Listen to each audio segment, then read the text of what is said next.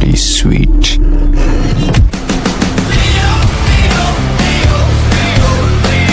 Ethiopia మరియు ఈజిప్టుతో సహా ఆఫ్రికాలోని కొన్ని పురాతన క్రైస్తవ సమాజాలు యేసును ముదురు రంగు చర్మం మరియు ఉన్ని జుట్టు వంటి ఆఫ్రికన్ లక్షణాలతో స్థిరంగా చిత్రీకరించాయి.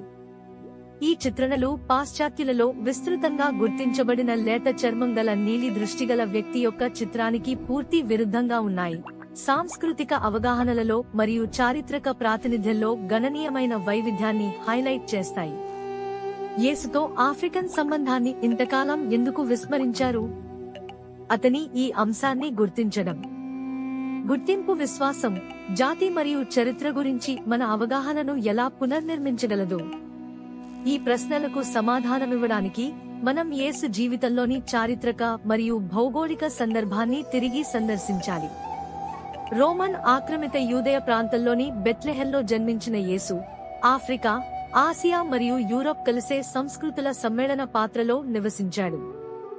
మీరు ఆధ్యాత్మికంగా ఎదగడానికి సహాయపడే కంటెంట్ను మీరు ఆస్వాదిస్తే ఈ వీడియోను లైక్ చేయడం, మా ఛానల్కు సభ్యత్వాన్ని పొందడం మరియు మరింత ప్రేరణ కోసం మా సంఘంలో చేరడం మర్చిపోవద్దు. ప్రారంభిద్దాం. ప్రాచీన ప్రపంచం కఠినమైన కింద పనిచేయలేదు. జాతి వర్గాలు నేడు మనం ఉపయోగిస్తాము. ఇది జాతి వైవిధ్యాన్ని విస్తృతంగా అర్థం చేసుకోవడానికి వీలు కల్పిస్తుంది. యేసు జీవితంలో అత్యంత ముఖ్యమైన ఆఫ్రికన్ సంబంధాలలో ఒకటి మత్తయి సువార్తలో కనిపిస్తుంది. రాజు హెరోదు ప్రాణాంతక ఆజ్ఞ నుండి తప్పించుకోవడానికి అతని కుటుంబం ఈజిప్టుకు పారిపోయింది. ఉత్తర ఆఫ్రికా దేశమైన ఈజిప్ట్ హింస సమయంలో యూదు సమాజాలకు చాలా కాలంగా ఆశ్రయంగా ఉంది మరియు యేసు ప్రారంభ జీవితంలో దాని పాత్ర అతన్ని నేరుగా ఆఫ్రికన్ ఖండంతో ముడిపెడుతుంది. మరియా, జోసెఫ్ మరియు యేసు ఈజిప్టు సమాజంలో కలిసిపోగలిగారనేది కూడా గమనార్హం. ఈ స్థానిక జనాభాతో శారీరక సారూప్యతలను బలంగా సూచించే వాస్తవం. ప్రారంభ క్రైస్తవ కళ ఈ సంబంధాన్ని మరింత బలపరుస్తుంది. ఈజిప్ట్ మరియు ఇథియోపియా వంటి ప్రాంతాలలో యేసు యొక్క పురాతన చిత్రణలు స్పష్టంగా ఆఫ్రికన్ లక్షణాలను ప్రతిబింబిస్తాయి. 4వ శతాబ్దం నుండి ఆఫ్రికన్ క్రైస్తవ మతానికి మూలస్తంభంగా ఉన్న ఇథియోపియన్ ఆర్థోడాక్స్ చర్చి యేసుకు ఆఫ్రికన్ వంశపారంపర్యత ఉందనే నమ్మకాన్ని చాలా కాలంగా సమర్థించింది. ఈ దృక్పథం లక్షలాది మంది ఆధ్యాత్మిక గుర్తింపును రూపొందించింది, వారి వారసత్వంతో లోతుగా ప్రతిధ్వనించే యేసును అందిస్తుంది. అదనంగా ఉత్తర ఆఫ్రికాలోని ఆధునిక లిబియాకు చెందిన సిరిన్కు చెందిన సైమన్ అనే వ్యక్తి యేసు సిలువను మోయడానికి సహాయం చేయడం ద్వారా ఆయన సిలువ మరణ ప్రయాణంలో కీలక పాత్ర పోషించాడు. సైమన్ ఉనికి ఆఫ్రికన్ మరియు యూదు సమాజాల మధ్య సన్నిహిత సంబంధాలను నొక్కి చెబుతుంది మరియు యేసు యొక్క ఆధిపత్య యూరో కేంద్రీకృత చిత్రాలను సవాలు చేస్తుంది. శతాబ్దాల సాంస్కృతిక మరియు వేదాంత అణచివేత ఈ సత్యాలను మరుగుపరిచింది.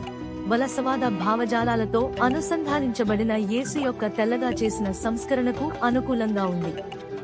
అతని ఆఫ్రికన్ వారసత్వాన్ని తిరిగి సందర్శించడం చరిత్రపై మన అవగాహనను సుసంపన్నం చేయడమే కాకుండా విశ్వాస సంప్రదాయాలలో అంతర్లీనంగా ఉన్న చేరిక, గుర్తింపు మరియు వైవిధ్యం గురించి కీలకమైన సంభాషణలను కూడా ప్రేరేపిస్తుంది. యేసు ఆఫ్రికన్ గుర్తింపును తొలగించడం ప్రమాదవశాత్తు కాదు. ఇది సాంస్కృతిక, రాజకీయ మరియు వేదాంత మార్గాల ద్వారా క్రమపద్ధతిలో నిర్వహించబడింది. ఐరోపాలో క్రైస్తవ మతం ప్రాముఖ్యతను సంతరించుకున్నప్పుడు దాని చిత్రం వారి అధికారాన్ని ఏకీకృతం చేయడానికి ప్రయత్నిస్తున్న యూరోపియన్ పాలకుల ఆశయాలను ప్రతిబింబించడం ప్రారంభించింది. 4వ శతాబ్దం నాటికి కాన్స్టాంటైన్ చక్రవర్తి క్రైస్తవ మతంలోకి మారడం మరియు కౌన్సిల్ ఆఫ్ నేసియా ఒక కీలకమైన మార్పును గుర్తించింది. ఈ కాలంలో యేసు చిత్రం గ్రీకో రోమన్ అందం ఆదర్శాలకు అనుగుణంగా రూపాంతరం చెందింది. ఆయనను తెల్లటి చర్మం మరియు యూరోపియన్ లక్షణాలతో చిత్రీకరిస్తుంది. యేసు యొక్క నిజమైన కథను అర్థం చేసుకోవడంతో వచ్చే సాధికారత మరియు స్పష్టతను ఊహించుకోండి. ఇది మనందరినీ వైవిధ్యం మరియు చేరికతో కూడిన గొప్ప చరిత్రకు అనుసంధానిస్తుంది. Ban secrets, the last knowledge of Jesus అందించేది ఇదే.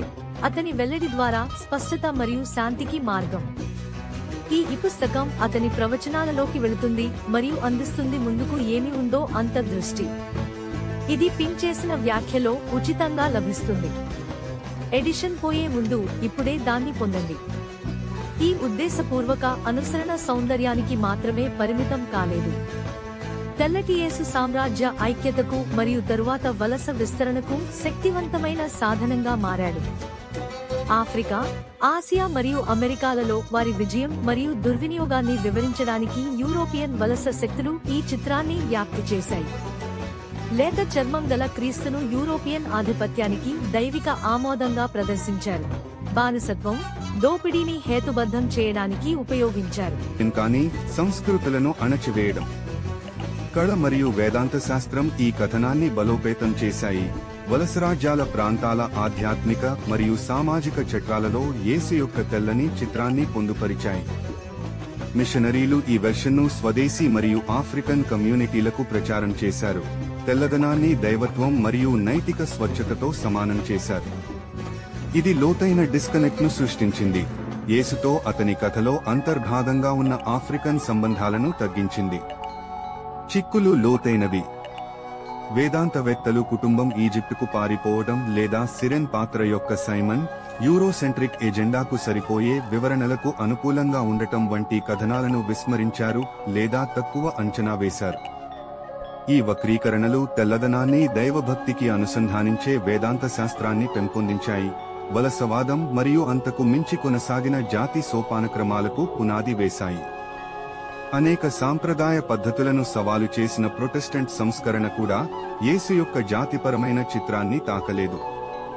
బానిసత్వం మరియు విభజన సంస్థాగతీకరించబడిన సమయానికి తెల్లజాతి యేసు యొక్క చిత్రం లోతుగా పాతుకుపోయింది. భావజాలాలను బలోపేతం చేసింది జాతి ఆధిపత్యం. ఈ చారిత్రక వక్రీకరణలను పునఃపరిశీలించడం వల్ల ఆధ్యాత్మికత ఎలా శక్తితో రూపొందించబడిందో తెలుస్తుంది. యేసు జీవితంలో ఆఫ్రికన్ సంబంధాలను పునరుద్ధరించడం చారిత్రక దిద్దుబాటు కంటే ఎక్కువ. ఇది అతని పేరులో లోతుగా పాతుకుపోయిన అన్యాయాలను సవాలు చేస్తుంది. ఇది మరింత సమగ్ర విశ్వాసం వైపు ఒక మార్గాన్ని అందిస్తుంది. ఇది అతని కథలో అంతర్లీనంగా ఉన్న వైవిధ్యాన్ని గౌరవిస్తుంది మరియు శతాబ్దాల జాతి అసమానతను ఎదుర్కొంటుంది. మీరు చరిత్ర మరియు విశ్వాసం గురించి మరింత తెలుసుకునేటప్పుడు మీరు ఇప్పటికీ మా ప్రత్యేక గైడ్ను డౌన్లోడ్ చేసుకోవచ్చని మర్చిపోకండి, కానీ స్టాక్లు ఉన్నంత వరకు మాత్రమే. మరింత అర్థం చేసుకోవడానికి ఈ అవకాశాన్ని కోల్పోకండి. బానిసత్వం సమయంలో మరియు తరువాత కూడా యేసు తెల్లజాతివాడనే ఆలోచనతో ఆఫ్రికన్ అమెరికన్ కమ్యూనిటీలు బాగా ప్రభావితమయ్యాయి. వారిని నియంత్రణలో ఉంచడానికి ఒక మార్గంగా ఆఫ్రికన్ బానిసలకు ఆధ్యాత్మిక సంరక్షణ ముసుగులో క్రైస్తవ మతాన్ని బోధించారు.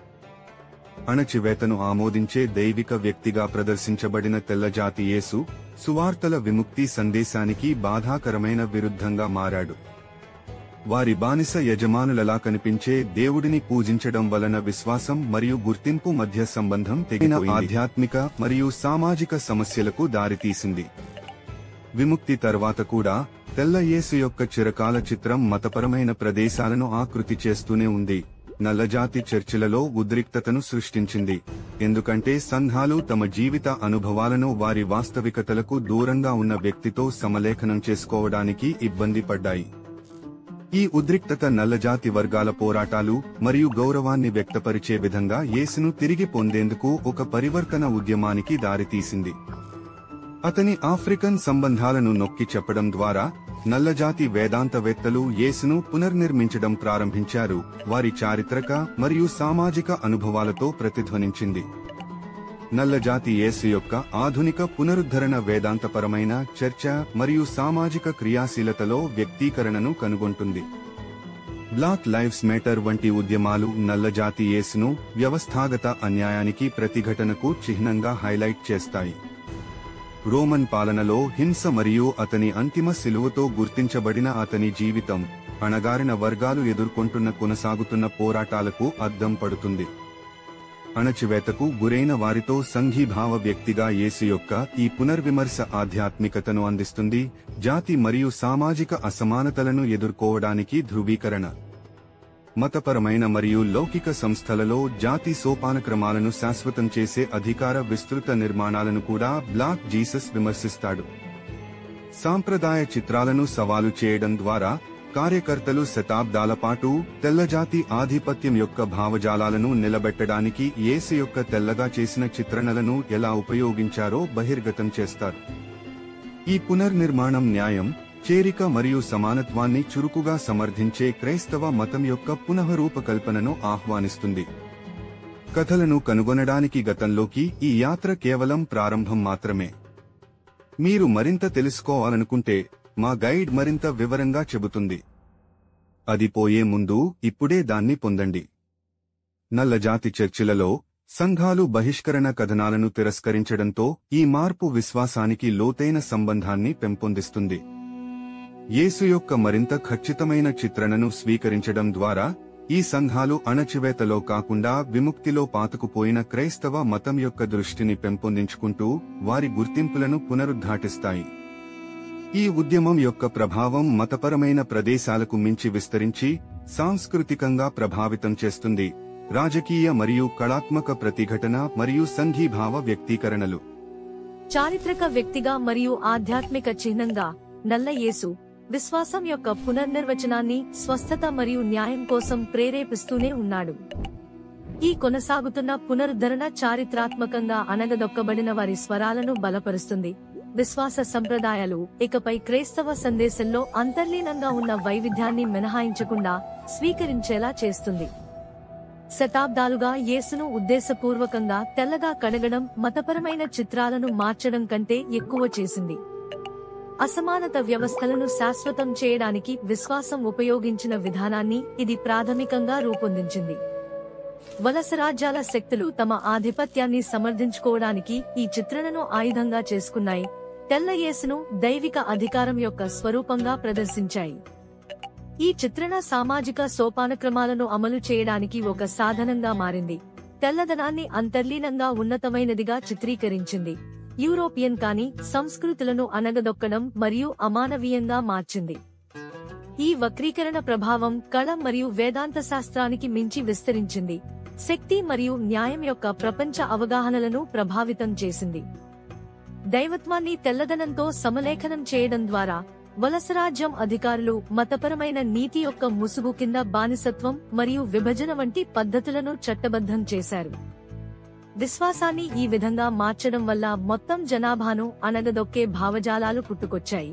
వారి ఆధ్యాత్మిక వారసత్వం నుండి వారిని వేరు చేసి సువార్త యొక్క గుండె వద్ద ఉన్న సందేశాన్ని వక్రీకరించాయి. నల్లజాతి యేసు ప్రతిరూపాన్ని పునరుద్ధరించడం చారిత్రక తప్పులను సరిదిద్దడానికి మించిపోయింది.